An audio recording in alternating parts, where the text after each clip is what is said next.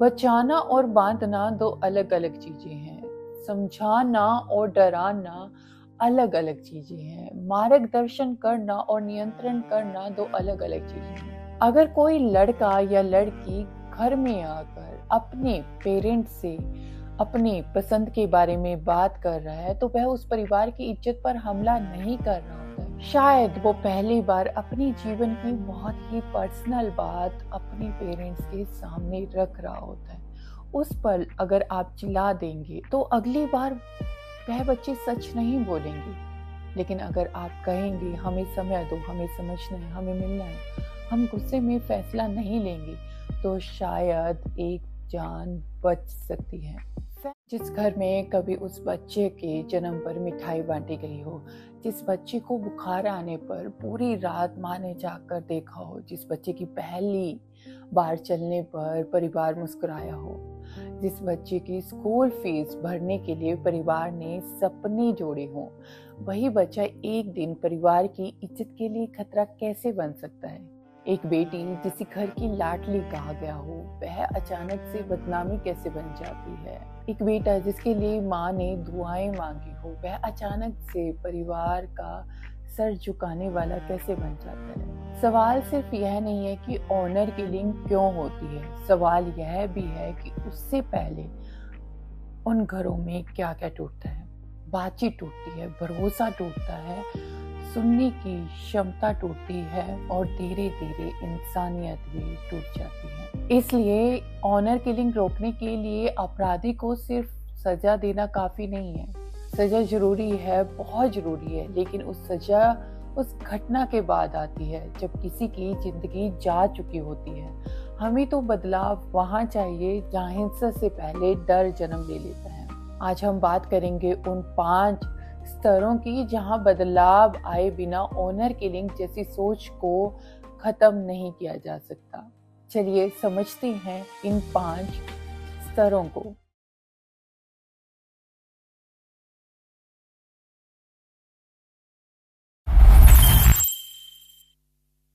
Honour killing रोकने का सबसे पहला और सबसे जरूरी जो स्तर है वो है परिवार।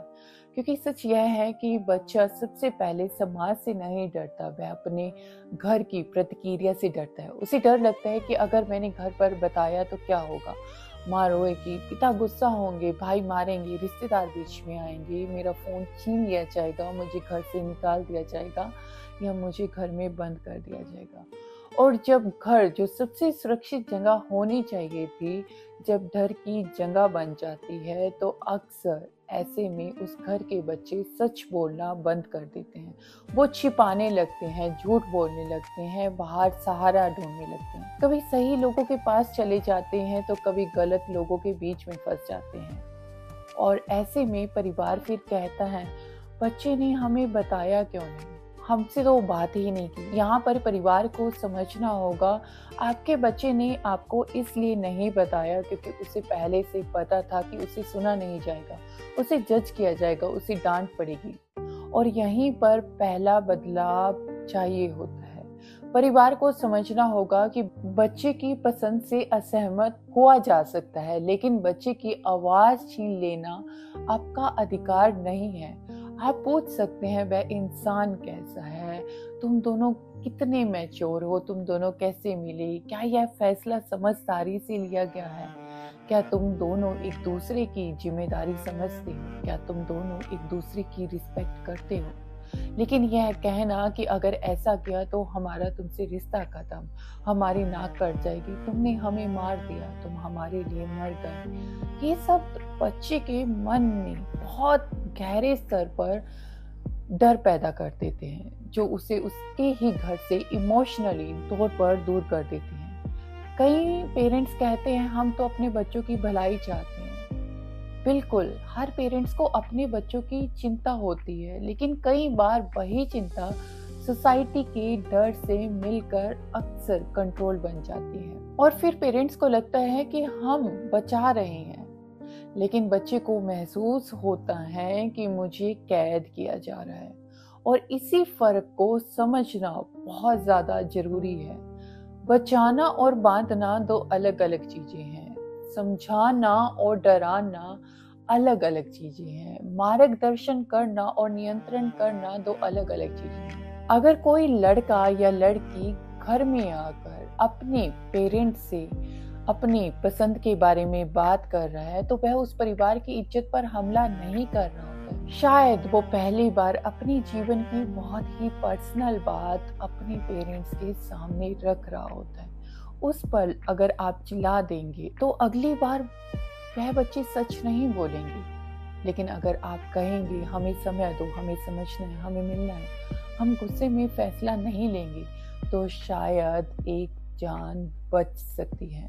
फैमिली लेवल पर सबसे बड़ा बदलाव यही है कि बच्चे को यह भरोसा होना चाहिए कि मेरे घर में मेरी बात सुनी जाती है, चाहे वो उस बात से सहमत हो या ना हो। जिस घर में बातचीत की संभावना होती है, अक्सर उन घरों में ऐसी हिंसाएं नहीं होती हैं।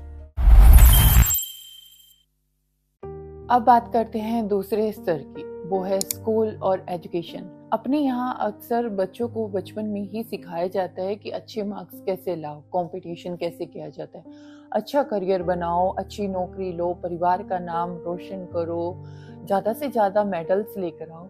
लेकिन अक्सर इमोशनल एजुकेशन नहीं दी जाती। उन्हें नहीं सिखाया जाता कि गुस्से को कैसे संभालना है, असहमति को कैसे एक्सेप्ट करना है, रिजेक्शन को कैसे समझना है, प्रेम और अट्रैक्शंस में क्या फर्क होता है, किसी रिलेशनशिप में रिस्पेक्ट, कंसेंट और बाउंड्रीज क्या होती हैं। और ऐसे में जब एक बच्चे को इमोशनल एजुकेशन नहीं मिलती है तो वही बच्चे बड़े होकर डिग्री तो ले लेते हैं लेकिन अपने इमोशंस को हैंडल करना नहीं सीख पाते हैं। फिर कोई रिजेक्शंस को, किसी लड़की की चॉइस को वो अपना अपमान समझ लेते हैं। अक्सर परिवार अपने ही बच्चे के प्रेम को अपनी हार समझ लेता है। अगर उनके बच्चे उनकी जाति से बाहर किसी को अपना जीवन साथी चुन लेते हैं तो वो उसे अपनी पर्सनल इंसल्ट मान लेते हैं। और यह सब इसलिए होता है क्योंकि हमें बचपन से यह सिखाया ही नहीं गया है कि दूसरे इंसान की स्वतंत्रता का भी मूल्य होता है। हर इंसान इंडिविजुअल होता है, हम सब एक समान है। स्कूल में अगर बच्चों को यह सिखाया जाए कि किसी की चॉइस आपसे अलग हो सकती है तो शायद आने वाली पीढ़ियां कम हिंसक होंगी। स्कूलों में बच्चों को सिखाना होगा कि प्रेम कोई फिल्मी जुनून नहीं है, प्रेम एक रिस्पॉन्सिबिलिटी होता है, प्रेम में एक दूसरे के प्रति डिग्निटी होती है, प्रेम में रिस्पेक्ट होती है, प्रेम में पेशेंस होता है, प्रेम में कंसेंट होती है। प्रेम में यह भी समझना होता है कि प्रेम दोनों के बीच में एक आपसी और गहरी रिलेशंस होता है। और दूसरी ओर पेरेंट्स को भी इमोशनल एजुकेशन की बहुत ज़्यादा ज़रूरत होती है क्योंकि कई बार पेरेंट्स अपने बच्चों की भावनाओं को इसलिए नहीं समझ पाते क्योंकि उनकी भावनाओं को भी कभी समझा नहीं गया था। उनसे भी हमेशा यही कहा गया था, समाज क्या कहेगा, लोग क्या कहेंगे, घर की इज्जत सबसे ऊपर है। इसलिए स्कूल सिर्फ बच्चों को ही नहीं बल्कि समाज को भी बदल सकता है। पेरेंट्स टीचर्स मीटिंग में सिर्फ मार्क्स की बात ना हो, बच्चों की इमोशनल सेफ्टी की भी बात हो, जेंडर रिस्पेक्ट की बात हो, कंसेंट की बात हो, तो बड़े होकर वो प्रेम को अपराध नहीं समझेंगे बल्कि जीवन का सबसे खूबसूरत एहसास समझेंगे। और ऐसे में समाज में, देश में हिंसा कम हो सकती है। अब बात करते हैं तीसरे स्तर की, पुलिस और लोकल एडमिनिस्ट्रेशन। ऑनर किलिंग अचानक से नहीं होती, अक्सर उससे पहले कई संकेत मिलते हैं, धमकियां मिलती हैं, फोन छीन लिए जाते हैं, बच्चों को घर बंद कर दिया जाता है, किसी के साथ जबरदस्ती की जाती है, कपल्स को फॉलो किया जाता है, पंचायत या रिश्तेदारों का प्रेशर डालते हैं। और ऐसे में कई बार एडल्ट कपल पुलिस स्टेशन तक पहुंचता है और कहता है कि हमें खतरा है। और ऐसे में अक्सर ऐसे कई मामले सुनने को मिल जाते हैं जहां पर पुलिस किसी पर्सनल मैटर कहकर स्टार्टिंग में उसे सीरियसली लेना बंद कर देती है। यहाँ पर गलती उन पुलिस कर्मियों की नहीं होती क्योंकि वो भी उसी समाज का हिस्सा होते हैं, उसी सोच से पले बड़े होते हैं। तो इसलिए अक्सर उन्हें लगता है कि ये उनके जो बच्चे, जो एडल्ट आए हैं, वो गलत काम करते हैं, आजकल गलत चीजों में फंसे हुए होते हैं। प्रेम करना उनके लिए भी गलत होता है और ऐसे में वही पुलिसकर्मी कह देते हैं कि घर जाओ, परिवार से बात करो, माँ बाप बुरे थोड़ी ना होते हैं, यह डोमेस्टिक मैटर है। तो सोचिए उस समय उनके पास जाने के लिए, सेफ्टी के लिए क्या रास्ता होगा। हर फैमिली मैटर जरूरी नहीं है कि वो सेफ ही होता है। कई बार फैमिली मैटर ही लाइफ का सबसे बड़ा खतरा बन चुके होते हैं। पुलिस सिस्टम को यह समझना होगा कि ऑनर बेस्ड थ्रेट कोई छोटी बात नहीं है। यह कोई सिर्फ लड़का या लड़की, कोई एडल्ट का, किसी युवाओं का, आज की जनरेशन का मामला नहीं है, बल्कि ये एक सेफ्टी इशू है। यह लाइफ और लिबर्टी का मामला है। पुलिस स्तर पर बदलाव बहुत ही प्रैक्टिकल होने चाहिए। कंप्लेंट को सीरियसली लेना चाहिए। कपल्स की एज और कंसेंट को वेरीफाई करना बहुत जरूरी है। थ्रेट देने वालों की पहचान करना चाहिए। इमीडिएट प्रोटेक्शन मिलना चाहिए। सेफ शेल्टर की व्यवस्था होनी चाहिए। लीगल एड से जोड़ना और सबसे जरूरी, विक्टिम को वापस उसी के घर नहीं भेजना, क्योंकि वहीं से सबसे बड़ा खतरा होता है। और कई बार यही एक बड़ी गलती हो जाती है। सिस्टम ने डर को सीरियसली नहीं लिया होता है और ऐसे में ऐसे बच्चे ऑनर किलिंग के शिकार हो जाते हैं। ऐसे में हमारी कानून व्यवस्था को समझना होगा कि जब कोई युवा आपके पास हेल्प मांगने के लिए आ रहे हैं तो वो ऑलरेडी पहले से डरे हुए होते हैं। अगर वहाँ भी उन्हें जजमेंट, सेम या ब्लेम की दृष्टि से देखा जाएगा तो वो लोग टूट जाते हैं। पुलिस का एक सेंसिटिव सेंटेंस भी लाइफ सेविंग हो सकता है। आप सेफ हैं, हम आपकी बात सुनेंगे। अगर आप एडल्ट हैं और आपकी कंसेंट है तो आपका अधिकार प्रोटेक्टेड है। हम आपके थ्रेट को रिकॉर्ड करेंगे, हम आपको सेफ जगह पर भेजेंगे। कभी कभी प्रोटेक्शन सिर्फ हथियारों से नहीं बल्कि एक भरोसेमंद सिस्टम से भी मिलता है। इसलिए हमें पुलिस और लोकल एडमिनिस्ट्रेशन लेवल पर भी इमोशनल एजुकेशन की, बदलाव की, सोच की बहुत जरूरत है। अब बात करते हैं अगले स्तर की, वो है लॉ सिस्टम अक्सर यह बताता है कि किस सीमा के बाद कोई भी बिहेवियर एक अपराध बन जाता है। ऑनर किलिंग के मामले में लॉ का मैसेज बहुत साफ होना चाहिए। किसी एडल्ट इंसान की चॉइस को दबाने के लिए धमकी देना, कैद करना, मारपीट करना, फोर्स्ड मैरिज करवाना या हत्या करना किसी भी रूप में स्वीकार नहीं किया जाएगा। लॉ सिर्फ पनिशमेंट के रूप में नहीं होना चाहिए, क्योंकि पनिशमेंट तब आती है जब क्राइम हो चुका होता है। हमें एक ऐसा लीगल सपोर्ट चाहिए होता है जो क्राइम होने से पहले हेल्प कर सके, उसको रोक सके। अक्सर थ्रेट कंप्लेंट पर इमीडिएट एक्शन नहीं होते, उनको हल्के में लिया जाता है और यहीं पर सबसे बड़ी गलती होती है। अगर थ्रेट कंप्लेंट्स पर इमीडिएट एक्शन की व्यवस्था हो, safe houses, emergency helpline, fast response teams, couple के लिए लीगल काउंसलिंग और लोकल ऑफिसर की अकाउंटेबिलिटी हो, तो ऐसे ऑनर किलिंग जैसे अपराधों को भी रोका जा सकता है। जो भी हमारे देश में ऑनर किलिंग से रिलेटेड घटनाएं होती हैं या फिर कोई भी डोमेस्टिक वायलेंस से रिलेटेड घटनाएं होती हैं, उसमें अक्सर कानून लास्ट में आता है जब वो अपराध हो चुका होता है। लॉ का असली उद्देश्य सिर्फ अपराधी को जेल भेजना नहीं होना चाहिए, बल्कि निर्दोष की जिंदगी बचाना भी होना चाहिए। हमें यह समझना होगा कि स्ट्रॉन्ग लॉ का मतलब पेरेंट्स को दुश्मन बनाना नहीं है। स्ट्रॉन्ग लॉ का मतलब है किसी भी रिश्ते को हिंसा का अधिकार न देना। जहां कानून बता सके कि परिवार चिंता कर सकते हैं, लेकिन कोई भी व्यक्ति, कोई भी पंचायत, कोई भी कम्युनिटी, कोई भी समाज, कोई भी परिवार किसी भी दूसरे इंसान की पसंद, उसकी लाइफ, उसकी डिग्निटी पर हमला नहीं कर सकता। यहाँ समाज को भी समझना होगा, कानून बच्चों को परिवार से छीनने नहीं आता, कानून इंसान की लाइफ और फ्रीडम को प्रोटेक्ट करने आता है। अगर परिवार में संवाद है तो कानून की जरूरत कम पड़ती है, लेकिन जहाँ संवाद की जगह धमकी आ जाती है, वहाँ लॉ को मजबूत होकर खड़ा होना ही होगा।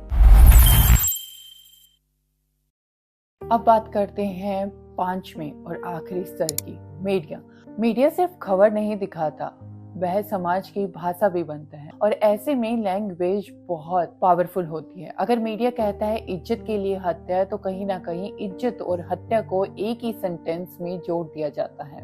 लेकिन मीडिया को यहाँ पर साफ कहना चाहिए, यह इज्जत के लिए हत्या नहीं है, यह इज्जत के नाम पर हत्या है और असल में यह हत्या है, बस हत्या।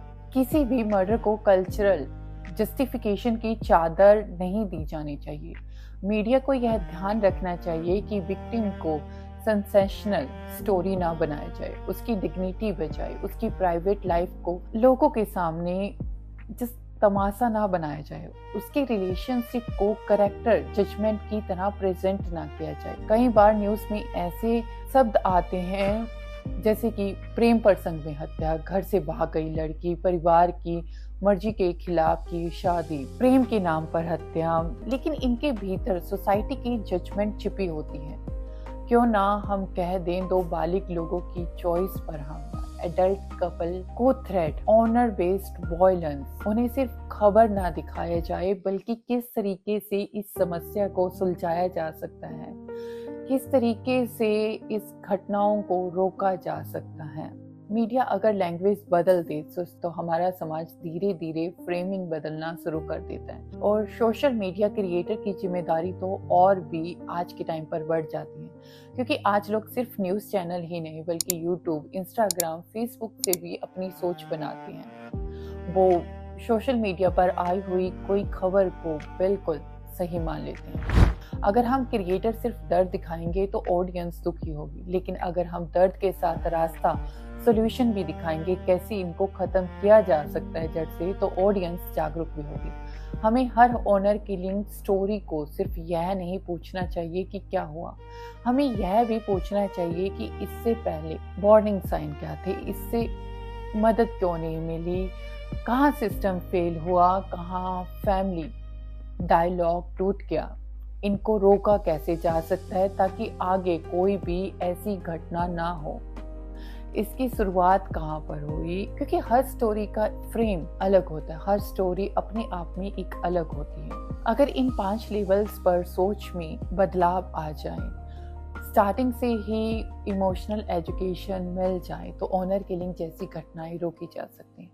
अब हम एक बात और समझते हैं, कई बार ऑनर किलिंग में एक अजीब सा दर्द होता है। लोग अपने बच्चों से ज्यादा समाज से डर जाते हैं। उन्हें बच्चे की सेफ्टी से पहले यह डर सताने लगता है कि रिश्तेदार क्या कहेंगे, गांव में बात कैसे की जाएगी, लोग ताना देंगे, छोटी लड़की की शादी कैसे होगी, भाई की रेपुटेशन खराब हो जाएगी, परिवार की इमेज टूट जाएगी, और धीरे धीरे एक जीवित इंसान एक सोशल प्रॉब्लम में बदल दिया जाता है। उसको एक इंसान की तरह नहीं देखा जाता, उसके आंसू नहीं देखे जाते, उसका डर नहीं देखा जाता, उसके आंखों का पानी नहीं देखा जाता, सिर्फ सोसाइटी का इमेजिनरी जजमेंट देखा जाता है।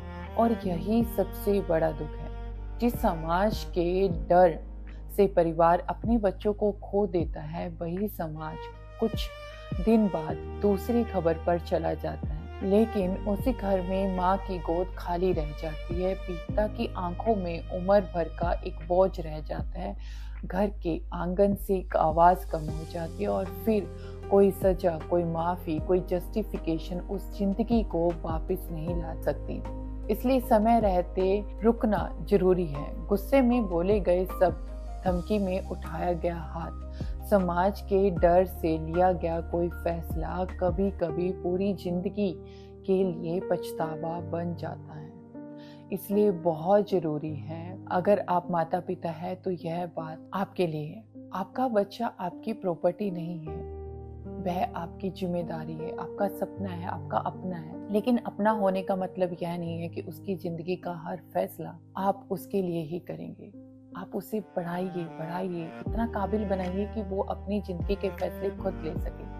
आप उसे समझा सकते हैं, आप चिंता रख सकते हैं, आप सवाल पूछ सकते हैं, आप कह सकते हैं हमें समय चाहिए, हमें तुम्हारी सेफ्टी की चिंता है, हमें सामने वाले परिवार से मिलना है, हमें यह समझना है कि यह रिश्ता कितनी मैच्योरिटी से लिया गया है। लेकिन अगर आप यह नहीं कहते कि हमारी इज्जत के लिए तुम्हारी जिंदगी छोटी है, तो अक्सर ऐसे में बच्चे गलती कर देते हैं। ऐसे में रिलेशनशिप फेल भी हो सकते हैं, लेकिन कोई भी गलती ऐसी नहीं होती कि जिसका जवाब जान लेना हो। अगर बच्चा गलत है तो उसे संभालिए, अगर बच्चा कंफ्यूज्ड है तो उसे समझाइए, अगर बच्चा इमेच्योर है तो उसे टाइम दीजिए, लेकिन उसे इतना मत डराइए कि वह आपके सामने सच बोलना ही बंद कर दे, वो आपसे डरे। अपने बच्चों को बचाइए, लेकिन समाज के डर से नहीं, हिंसा से, डर से, अकेलेपन से और गलत फैसले लेने से।